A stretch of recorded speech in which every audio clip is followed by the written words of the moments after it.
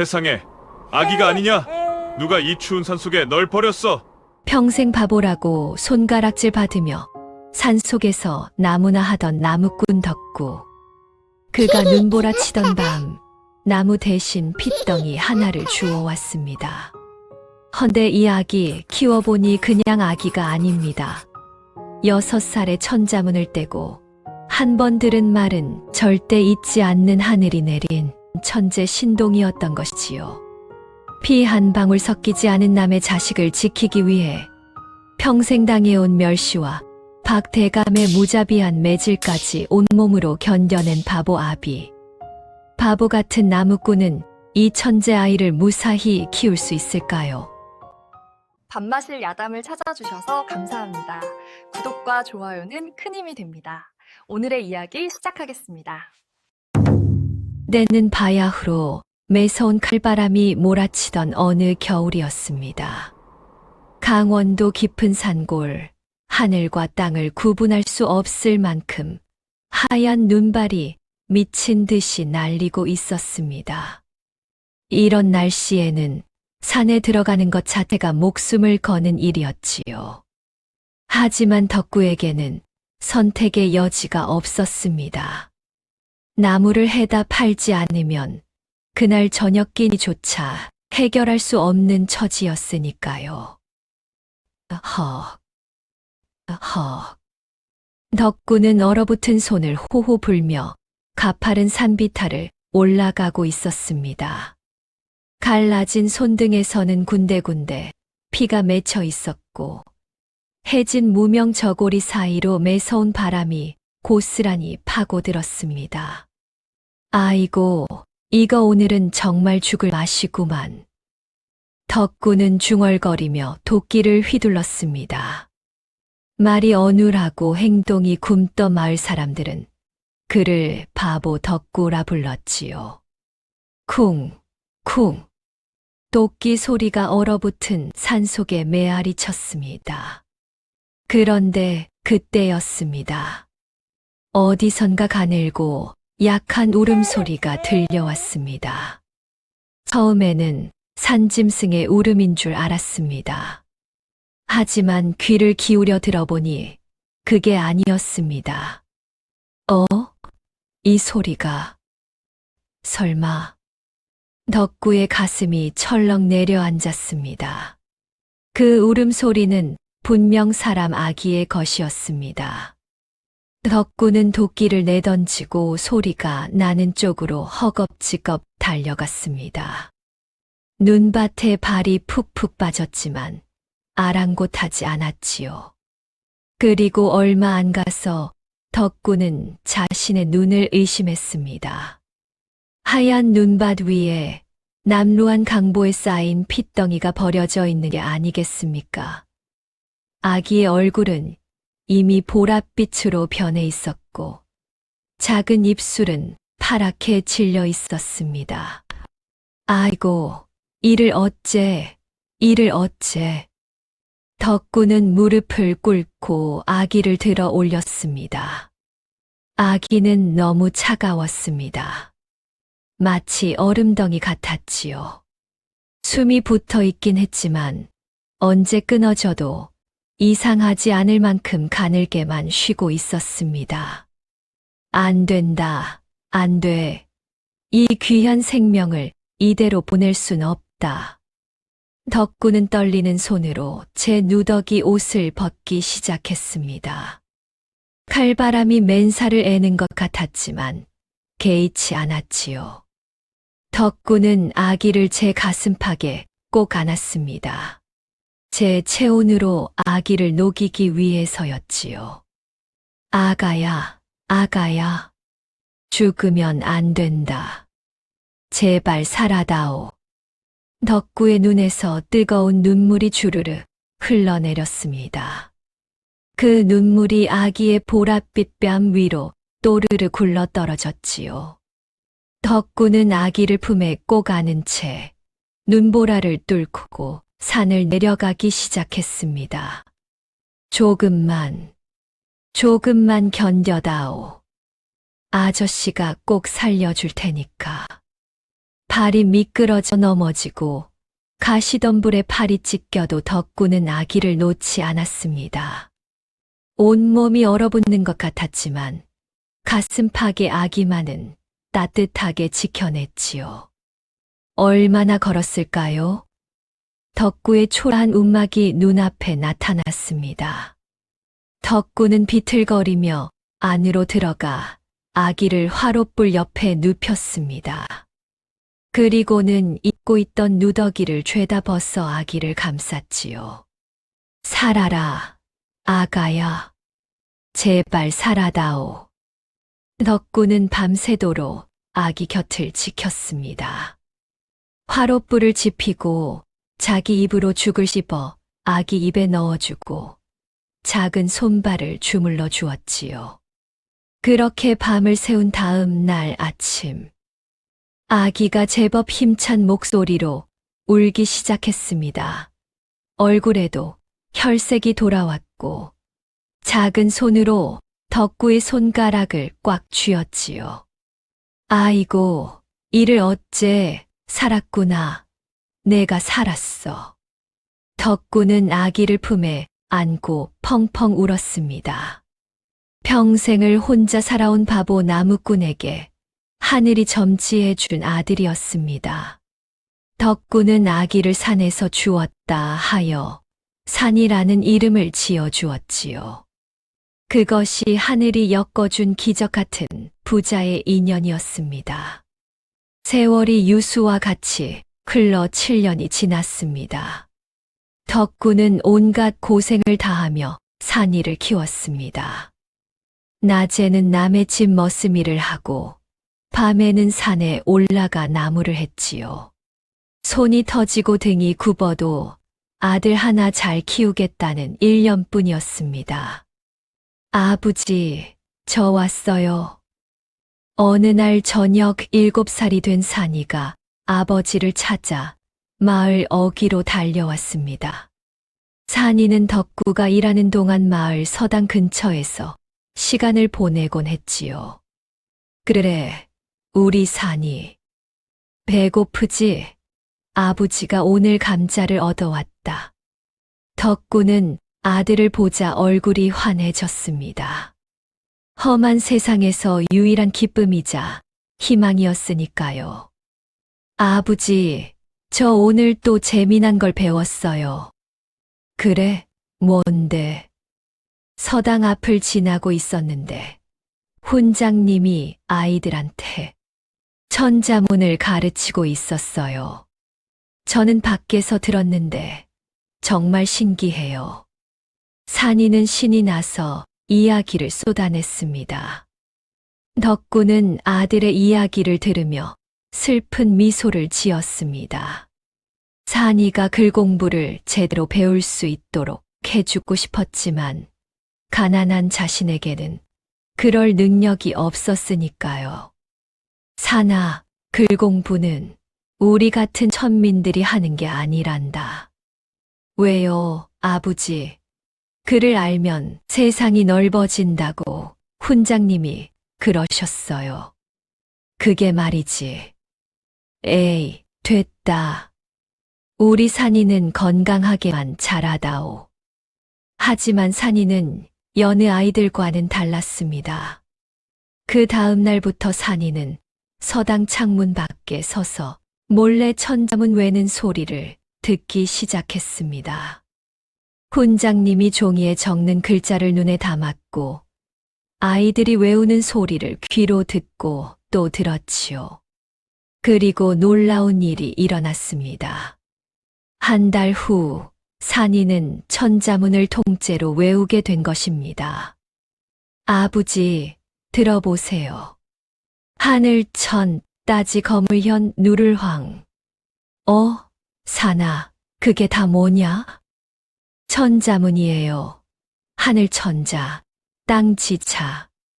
이 세상의 모든 이치가 글자 속에 담겨 있대요. 덕구는 입을 다물지 못했습니다. 자신은 평생 한 글자도 깨우치지 못했는데 어린 아들은 단 한 달 만에 천자문을 외워버린 것입니다. 사나, 내가 정말, 네, 서당 훈장님 말씀을 귀담아 들었더니 저절로 외워졌어요. 덕구의 눈에 눈물이 고였습니다. 기쁨의 눈물이었지요. 자신의 아들이 범상치 않다는 것을 그때 처음 깨달았습니다. 하지만 동시에 두려움도 밀려왔습니다. 이 아이가 이렇게 똑똑하다는 게 세상에 알려지면 시기하는 사람들이 생기지 않을까. 덕구는 아들의 어깨를 꼭 잡았습니다. 사나, 잘 들어라. 내가 똑똑한 건 참 기쁜 일이다. 하지만 아무한테도 아는 척하면 안 된다. 알겠지? 왜요, 아버지? 이 세상은 말이다. 못난 사람을 괴롭히는 것만큼이나 뛰어난 사람을 시샘하는 곳이란다. 내가 똑똑하다는 게 알려지면 나쁜 사람들이 너를 해칠 수도 있어. 산이는 아버지의 간절한 눈빛을 보며 고개를 끄덕였습니다. 알겠어요, 아버지. 조용히 살게요. 덕구는 아들을 꼭 껴안았습니다. 자신이 할 수 있는 건 아들을 지키는 것뿐이었으니까요. 하지만 하늘의 뜻은 달랐습니다. 어느 날 마을의 몰락한 선비 김씨 노인이 산이의 재능을 알아차렸습니다. 김씨 노인은 젊은 시절 과거에 급제했으나 억울한 누명을 쓰고 낙향한 인물이었지요. 덕구, 이 아이를 내게 맡기지 않겠나? 이 아이의 재주를 썩히기엔 너무 아깝네. 노인장. 하지만 전 글 공부를 시킬 돈은 필요 없네. 내가 그저 가르치고 싶을 뿐이야. 이 아이는 범상치 않아. 콩 나라의 기둥이 될지도 모르네. 덕구는 망설였지만 결국 김씨 노인의 간곡한 부탁을 받아들였습니다. 그렇게 산이는 정식으로 글 공부를 시작하게 되었지요. 한 달, 두 달, 석 달. 산이의 실력은 날로 늘어갔습니다. 사서삼경을 술술 읽어내고 한시를 지어 올리면 김씨 노인이 감탄을 금치 못했지요. 이 아이는 정령 하늘이 내린 천재로다. 덕구, 자네 아들은 장차 큰 인물이 될 게야. 덕구는 기뻤습니다. 하지만 동시에 불안했습니다. 이렇게 아들이 뛰어나면 혹시 누가 시샘하지 않을까? 그 불길한 예감은 곧 현실이 되었습니다. 마을의 절대 권력자, 박대감. 이 자로 말할 것 같으면 탐욕과 잔혹함의 화신이었습니다. 대대로 부와 권력을 누려온 양반 집안 출신이었지만 그 권력을 백성을 위해 쓴 적은 단 한 번도 없었지요. 박대감의 낙은 남의 땅을 빼앗고 약자를 짓밟는 것이었습니다. 특히 제 말 한마디에 벌벌 떠는 천민들을 괴롭히는 것을 최고의 오락으로 여겼지요.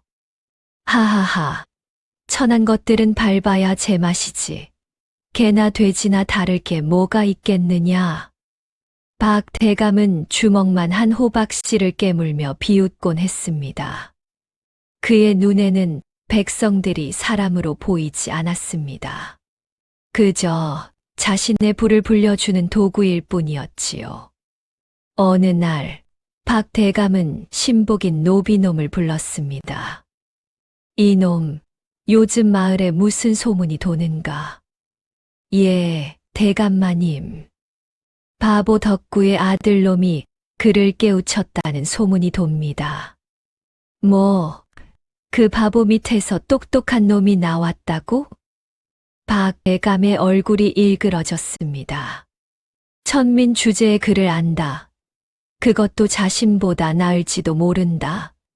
참을 수 없는 일이었지요. 그놈들이 사는 땅은 어디냐? 산자락 밑에 조그만 움막에 삽니다. 그 땅이 내 눈에 들어왔다. 내일 당장 가서 쫓아내도록 하라. 하지만 대감마님, 그 땅은 원래 덕구의 조상 대대로 내려온. 시끄럽다. 내가 필요하다는데 무슨 말이 그리 많으냐? 어차피 천민 주제에 땅 문서가 제대로 있겠느냐? 당장 쫓아내지 못할까? 노비은 고개를 조아릴 수밖에 없었습니다. 이튿날 박 대감은 직접 덕구의 움막으로 찾아왔습니다. 몇십 명의 하인들을 거느리고 말이지요. 이놈 덕구야, 나와라. 덕구는 화들짝 놀라 밖으로 나왔습니다. 박 대감의 위세에 눌려 몸을 부들부들 떨었지요. 예. 대감마님, 무슨 일로?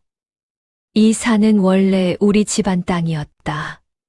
내 조상놈이 우리 집 선조께 빌려 쓰던 땅인데 이제 돌려받으러 왔다. 예, 대감마님, 그게 무슨 말씀이십니까? 이 땅은 저희 할아버지 때부터. 닥쳐라. 감히 나한테 대들어. 이놈들아, 저놈의 주둥이를 쳐라. 하인들이 달려들어 덕구를 마구 때리기 시작했습니다. 덕구는 비명도 지르지 못하고 맞았지요. 말을 해봤자 더 맞을 게 뻔했으니까요. 주먹과 발길질이 덕구의 온몸에 쏟아졌습니다. 갈라진 입술에서 피가 흘러내렸고 눈두덩이가 퉁퉁 부어올랐지요. 아버지. 안에 있던 산이가 뛰어나왔습니다. 겨우 9살밖에 안 된 아이가 아버지를 맞서며 두 팔을 벌렸지요. 제발요, 우리 아버지를 때리지 마세요. 박 대감은 산이를 내려다보며 비웃었습니다. 오호, 이놈이 그 똑똑하다는 녀석이로구나. 어디 얼굴 한번 보자. 박 대감은 산이의 턱을 손으로 움켜쥐었습니다. 그리고는 힘껏 옆으로 밀쳐버렸지요. 바보 밑에서 났으니 쟤 아무리 똑똑해봤자 천한 놈일 뿐이지. 이놈들아, 저놈의 집을 때려 부숴라. 예, 대감마님. 하인들이 덕구의 움막으로 달려들었습니다. 도끼와 몽둥이로 기둥을 부수고 지붕을 걷어찼지요. 탑시간에 움막이 무너져 내렸습니다. 안 돼요. 안 된다고요. 산이가 울부짖었지만 소용없었습니다. 박 대감은 그 광경을 보며 깔깔거리고 웃었지요. 하하하, 꼴 좋다. 천한 놈들은 이렇게 밟아줘야 정신을 차리는 법이지. 덕구는 무너진 집터에 주저앉아 눈물을 흘렸습니다. 산이는 아버지를 꼭 껴안으며 이를 악물었지요. 야, 이놈 덕구야. 박대감이 다시 고함을 질렀습니다. 내 놈이 내 땅에서 살고 싶거든. 우리 집 머슴 되어라. 그러면 마구간 한편에서 자도록 허락해 주마. 대감마님, 제발. 싫으면 이 마을에서 당장 꺼져라.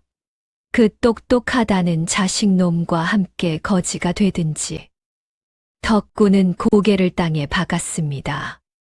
선택의 여지가 없었습니다. 아들과 함께 거지가 되어 떠돌 순 없었으니까요. 제가 머슴이 되겠습니다. 하하하, 현명한 선택이로다. 내일부터 우리 집에 나와 일하거라. 박 대감은 만족스러운 웃음을 지으며 돌아갔습니다. 덕구와 산이는 무너진 집터에 앉아 밤새도록 눈물을 흘렸지요. 그날 밤 산이는 결심했습니다. 언젠가 반드시 저 악독한 자를 심판하리라. 아버지의 한을 반드시 풀어드리리라. 어린 소년의 눈빛이 달빛 아래서 서늘하게 빛났습니다.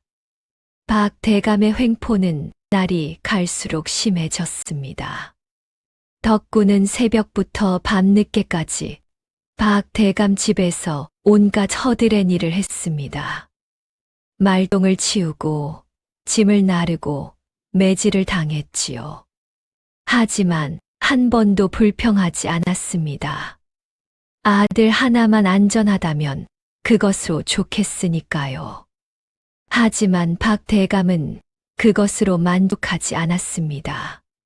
산이의 명성이 퍼지는 것이 마음에 들지 않았던 것이지요. 바보의 자식이 똑똑하다고. 내가 직접 시험해 봐야겠구나. 박대감은 덕구를 불러냈습니다. 이놈 덕구야. 예. 대감마님.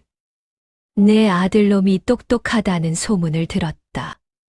그게 사실이냐? 아닙니다. 대감마님. 그저 평범한. 거짓말 마라. 온 마을에 소문이 자자하더라. 좋다. 내가 직접 시험해 보마. 내일 나의 회가변이 열린다. 그때 내 아들놈을 데려오거라. 대감마님. 제발. 닥쳐라. 안 오면 너희 부자를 이 마을에서 쫓아내 버리겠다. 덕구는 떨리는 발걸음으로 마구간으로 돌아왔습니다. 산이는 아버지의 얼굴을 보자마자 무슨 일인지 알아차렸지요. 아버지, 무슨 일이에요? 산아, 박대감이 내일 너를 시험하겠다는구나. 괜찮아요, 아버지. 제가 잘할게요. 하지만, 아버지, 저를 믿으세요. 이제 제가 아버지를 지킬게요. 산이의 눈빛이 단호했습니다. 그 눈빛을 본 덕구는 더 이상 말리지 못했지요. 이튿날, 박대감의 회가변 날이 밝았습니다. 마을 사람들이 구름처럼 모여들었습니다. 박대감은 상다리가 휘어지도록 차려진 잔치상 앞에 기세등등하게 앉아 있었지요. 어디 한번 보자. 바보의 자식이 얼마나 똑똑한지. 박대감은 손가락으로 마당 한편을 가리켰습니다. 거기에는 집채만 한 바위가 놓여 있었지요. 이놈 산이야, 저 바위를 맨손으로 이 마당 저편으로 옮겨보거라. 예. 사람들이 웅성거렸습니다. 어른 남자 10명이 와도 못 움직일 바위를 9살 아이더러 옮기라니. 옮기지 못하면 내 놈을 당장 이 마을에서 쫓아내겠다. 그리고 내 아비를 종신토록 내 집 노비로 삼겠다. 덕구의 얼굴이 하얗게 질렸습니다. 대감마님, 그건 너무 가혹하십니다. 닥쳐라. 내 아들이 똑똑하다며. 그럼 저 바위를 옮기는 것 따위는 하나도 어렵지 않겠지. 하하하. 주변 사람들도 수군거렸습니다. 저걸 어떻게 옮겨? 박대감이 정말 악독하시네. 저 아이가 불쌍하구먼. 하지만 산이는 당황하지 않았습니다. 오히려 차분하게 바위 주변을 한 바퀴 돌며 살펴보았지요. 대감마님, 한 가지 묻겠습니다. 뭐냐? 제가 이 바위를 옮기는 것이 맞습니까? 그렇다. 그렇다면 대감마님께서 먼저 이 바위를 제 어깨 위에 올려주십시오. 그러면 제가 옮기겠습니다. 뭐라고? 박 대감의 얼굴이 불그락 변했습니다. 사람이 어떻게 더 큰 돌을 들어 내 어깨에 올린단 말이냐? 산이가 또박또박 대답했습니다. 대감께서도 못 올리시는 바위를 어찌 저더러 들라 하십니까? 대감께서 할 수 없는 일은 저 역시 할 수 없는 것이옵니다. 이놈. 대감께서는 분명 맨손으로 옮기라고 하셨습니다. 하지만 어떻게 옮기라는 말씀은 없으셨지요. 그렇다면 옮기는 방법은 제가 정하는 것이 맞지 않겠습니까? 구경하던 사람들이 웅성거리기 시작했습니다. 저 아이 말이 맞는데? 박 대감 말을 덫을 놓으신 거 아닌가? 아니, 9살짜리가 저렇게 논리정연하다니. 박 대감은 이를 갈았습니다. 완벽한 논리였습니다. 자신이 설정한 규칙의 허점을 정확하게 찌른 것이지요. 좋다. 그럼 다른 방법으로 해보자. 박 대감이 다시 입을 열었습니다. 내가 시를 지을 수 있다며 지금 당장 내 회갑을 축하하는 시를 지어라. 못 지으면 역시 내 놈을 쫓아내겠다. 산이는 잠시 생각하더니 입을 열었습니다. 60평생 부귀영화여. 백성들의 피땀 위에 쌓은 누각이로다. 하늘이 보고 계시니 인과응보 면치 못하리라. 마당이 쥐 죽은 듯 조용해졌습니다. 이건 축하가 아니라 경고였습니다. 박 대감의 악행을 정면으로 비판한 것이지요. 네 이놈, 감히 나를. 박 대감이 벌떡 일어나 산이에게 달려들려 했습니다. 하지만 주변의 선비들이 말렸지요. 대감, 진정하십시오. 아이의 재능을 시험하자 하셨으니 결과를 받아들이셔야지요. 박 대감은 주먹을 불끈 쥐었습니다. 하지만 어쩔 수 없었습니다. 너무 많은 사람들이 보고 있었으니까요. 좋다. 오늘은 이만 가거라. 하지만 두고 보아라. 내 놈과 내 아비 절대 가만두지 않을 것이다. 산이는 고개를 숙여 인사했습니다. 대감마님의 은혜에 감사드립니다. 하지만 그 눈빛은 전혀 굴복하지 않았습니다. 오히려 더욱 날카로워져 있었지요. 덕구는 아들의 손을 잡고 마당을 빠져나왔습니다. 하지만 가슴은 철렁 내려앉아 있었지요. 이제 박 대감의 보복이 더 심해지겠구나. 덕구의 예감은 틀리지 않았습니다. 그날 밤 산이는 아버지와 마주 앉았습니다. 아버지, 저 한양으로 가야겠어요. 덕구의 손이 부들부들 떨렸습니다. 무슨 소리냐? 한양이라니. 이대로는 아버지를 지킬 수 없어요. 박 대감 같은 악인을 제대로 벌하려면 제게 힘이 필요합니다. 관직의 힘, 법의 힘이 필요해요. 하지만 사나, 넌 아직 어린아이야. 9살이면 충분합니다. 김씨 어르신이 한양에 계신 스승님께 소개장을 써주셨어요. 거기서 공부하고 과거에 급제하겠습니다. 덕구 눈에서 눈물이 주르르 흘러내렸습니다. 사나, 아비 걱정은 하지 마라. 아비는 괜찮다. 아니에요, 아버지. 저 때문에 아버지가 매일 매를 맞고 계시잖아요. 이제 그만하셔야 해요. 산이의 눈에도 눈물이 고였습니다. 제가 반드시 돌아올게요. 암행어사가 되어서 박대감 같은 악인들을 모조리 벌하고 돌아올게요. 그때까지만 견뎌주세요. 덕구는 아들을 꼭 껴안았습니다. 사나, 우리 사나. 아버지, 약속해 주세요. 죽지 않고 기다려 주시겠다고. 그래. 아비는 죽지 않는다. 꼭 살아서 너를 기다리마. 다음 날 새벽 산이는 작은 보따리를 메고 마을을 떠났습니다. 덕구는 마을 어귀까지 따라 나와 아들을 배웅했지요. 눈보라가 휘날리는 겨울 아침이었습니다. 아버지, 건강하세요. 너도 건강히 지내거라. 산이는 눈물을 훔치며 걸음을 옮겼습니다. 한 걸음, 두 걸음. 뒤돌아보면 울음이 터질 것 같아 고개를 돌리지 않았지요.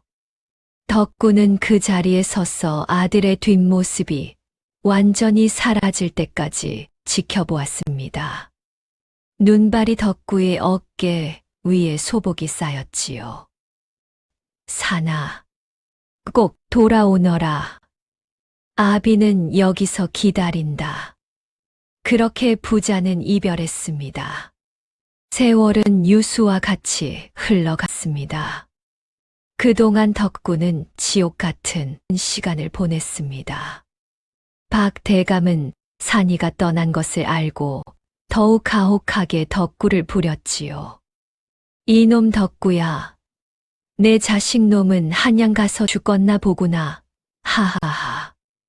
대답을 못하는 걸 보니 그런가 보지. 바보의 자식이 뭘 하겠느냐.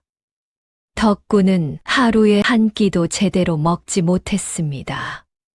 마구간 구석에서 짐승들과 함께 잠을 잤고 매일 같이 매질을 당했지요.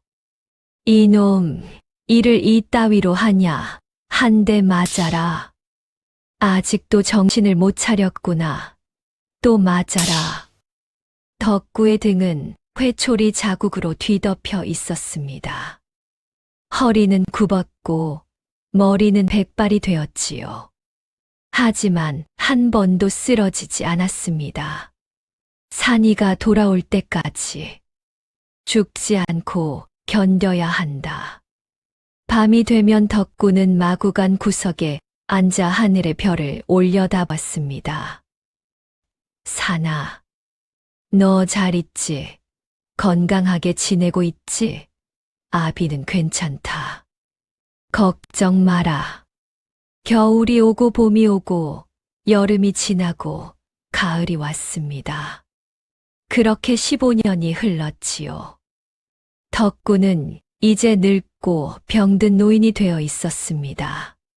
하지만 눈빛만큼은 여전히 살아 있었지요. 사나, 아비는 아직 살아있다. 부디 무사히 돌아오거라. 그리고 마침내 그날이 왔습니다. 박대감의 70번째 생일. 마을은 아침부터 잔치집 분위기였습니다. 백성들의 고혈을 짜내어 마련한 호화로운 잔치였지요. 하하하, 내 나이 71호구나. 이 부귀영화가 모두 내 능력 덕이지. 박대감은 기세등등하게 상 앞에 앉아 있었습니다. 주변에는 아첨꾼들이 둘러싸여 있었지요. 대감마님, 백수를 누리십시오. 대감마님의 은덕은 하늘과 같습니다. 박대감은 웃줄에서 수염을 쓰다듬었습니다. 그런데 말이야, 오늘은 특별한 여흥을 준비했지. 오호, 무엇입니까? 이놈들아, 저 구석에 있는 늙은이를 끌고 오너라. 하인들이 마구간에서 덕구를 끌고 왔습니다. 덕구는 너무 약해서 걸을 수조차 없었지요. 하인들이 양쪽에서 부축해야 겨우 설 수 있었습니다. 여러분, 저 늙은이가 누군지 아십니까? 바로 15년 전 자식놈이 똑똑하다고 큰 소리 치던 바보 덕구 올시다. 하하하. 사람들이 웅성거렸습니다. 덕구의 비참한 모습을 보며 혀를 찼지요. 그 아들놈이 한양 가서 장원급제한다고 큰 소리 치더니 15년이 지나도록 소식 한자 없으려 아마 거지가 되어 죽었겠지. 하하하. 박 대감은 술잔을 들어 덕구의 얼굴에 끼얹었습니다. 이놈 덕구야, 내 자식놈은 어디 있느냐? 왜 안 오느냐? 덕구는 떨리는 목소리로 대답했습니다. 대감마님, 제 아들은 반드시 옵니다. 뭐, 아직도 그 헛된 망상을 품고 있느냐? 쯔쯔, 오늘은 특별히 내 놈에게 개 짖는 소리를 시켜야겠구나. 어서 짖어라, 멍멍. 안 짖는 게냐? 이놈들아, 저놈을 때려라. 하인들이 막 덕구에게 달려들려는 순간이었습니다. 잠깐, 낮고 침착한 목소리가 마당에 울려 퍼졌습니다. 사람들이 일제히 그쪽을 돌아보았지요. 마당 입구에 한 선비가 서 있었습니다. 갓을 깊게 눌러쓰고 남루한 도포를 입은 선비였지요. 하지만 그 눈빛만큼은 예사롭지 않았습니다. 저건 누구냐? 박 대감이 인상을 찌푸렸습니다. 어디서 거지 같은 놈이 감히 내 잔치상에 끼어드느냐? 당장 저놈을 쫓아내라. 하지만 선비는 천천히 걸어 들어왔습니다. 그 당당한 걸음걸이에 하인들도 선뜻 다가서지 못했지요. 대감마님, 선비가 입을 열었습니다. 지나가는 나그네인데 시 한 수 읊어드릴 터이니 술 한 잔만 주시지요. 뭐? 시라고? 하하, 좋다, 읊어보거라. 박 대감은 비웃으며 술잔을 건넸습니다. 선비는 붓을 들어 종이에 글을 써내려가기 시작했습니다. 그 글씨는 힘차고 당당했지요. 잔치 자리가 숨을 죽였습니다. 선비가 시를 읊어대기 시작했습니다. 금잔에 담긴 좋은 술은 1000명의 피요. 옥쟁반에 맛있는 음식은 만백성의 기름이로다. 선비는 계속 읊었습니다. 촛불이 떨어질 때 백성이 눈물 흘리고 노래소리 높을 때 원성이 하늘에 닿는도다. 마당이 쥐 죽은 듯 조용해졌습니다. 이것은 시가 아니라 고발장이었습니다. 박 대감의 얼굴이 흙빛으로 변했습니다. 이놈, 내가 누군지 모르겠지만 감히 나를, 제가 누구냐고요? 선비가 갓을 벗었습니다. 그리고 품 안에서 번쩍이는 무언가를 꺼내 하늘 높이 치켜들었습니다. 암행어사 출두야, 암행어사 출두야. 햇빛을 받아 눈부시게 빛나는 마패. 마당이 순식간에 발칵 뒤집혔습니다. 어사또. 진짜 암행어사다. 대감마님이 큰일 나셨다. 사방에서 역졸들이 번개처럼 뛰어나왔습니다. 박 대감은 의자에서 굴러떨어져 마당 바닥에 엎어졌지요. 이럴 수가. 어사또가 관복으로 갈아입고 다시 나타났습니다. 그 위험 있는 자태에 모두가 고개를 숙였지요. 박 대감. 어사또의 목소리가 차갑게 울려 퍼졌습니다. 고개를 들어 나를 보시오. 박 대감이 떨리는 고개를 들었습니다. 그리고 그 얼굴을 본 순간 박대감의 눈이 휘둥그레졌습니다. 아니. 내가 설마 15년 전 죄 없는 나무꾼의 집을 태우고 어린아이에게 침을 뱉으며 바보의 자식은 평생 종놈이라 비웃으셨지요. 그 아이를 기억하십니까? 산이. 내가 산이더냐? 그렇습니다. 산이는 차갑게 웃었습니다. 바보의 아들 산이가 돌아왔습니다. 박대감은 그 자리에서 기절할 뻔했습니다. 어사또 나리. 제발 살려주십시오. 살려달라고요? 산이의 눈빛이 날카로워졌습니다. 당신이 우리 아버지에게 자비를 베푼 적이 있습니까? 15년 동안 개처럼 부리고 매질하고 굶기고 그런 당신이 지금 살려달라고 빕니까? 제발요. 제가 잘못했습니다. 용서해 주십시오. 용서. 산이가 역졸들에게 명했습니다. 이자를 형틀에 묶어라. 예. 역졸들이 박대감을 붙들었습니다. 그리고 이자가 우리 아버지에게 했던 그대로 가죽신으로 뺨을 100대를 쳐라. 재산은 모두 몰수하여 굶주린 백성들에게 나누어 주고. 예. 아니요. 안 돼요. 살려주십시오.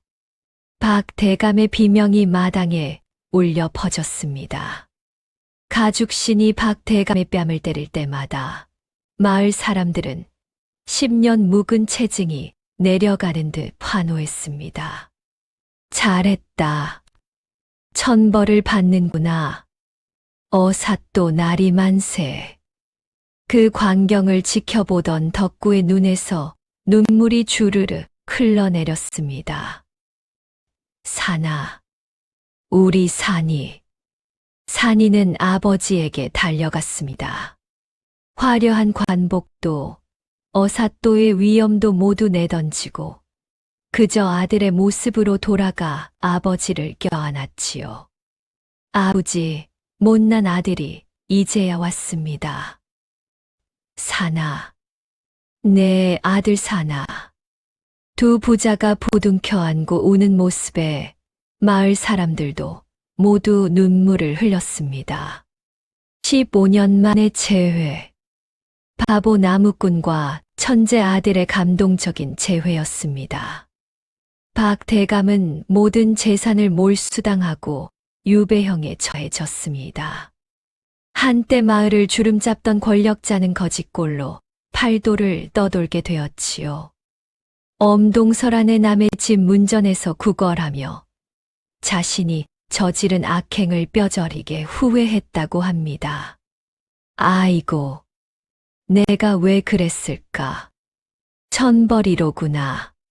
하지만 이미 엎질러진 물이었지요. 한편 산이는 아버지를 모시고 한양으로 올라갔습니다. 임금님께 그간의 사정을 고하자 임금님은 크게 감동하셨지요. 허허, 그대의 효성이 하늘을 감동시켰구나. 짐이 특별히 상을 내리게 노라. 임금님은 덕구에게 큰 상을 내리고 마을에 효자 정려문을 세우도록 명했습니다. 덕구는 아들 덕에 대궐 같은 집에서 비단 옷을 입고 남은 여생을 행복하게 살았습니다. 사람들은 더 이상 덕구를 바보라 부르지 않았지요. 대신 참된 효자를 키워낸 어진 아버지라며 존경을 표했습니다.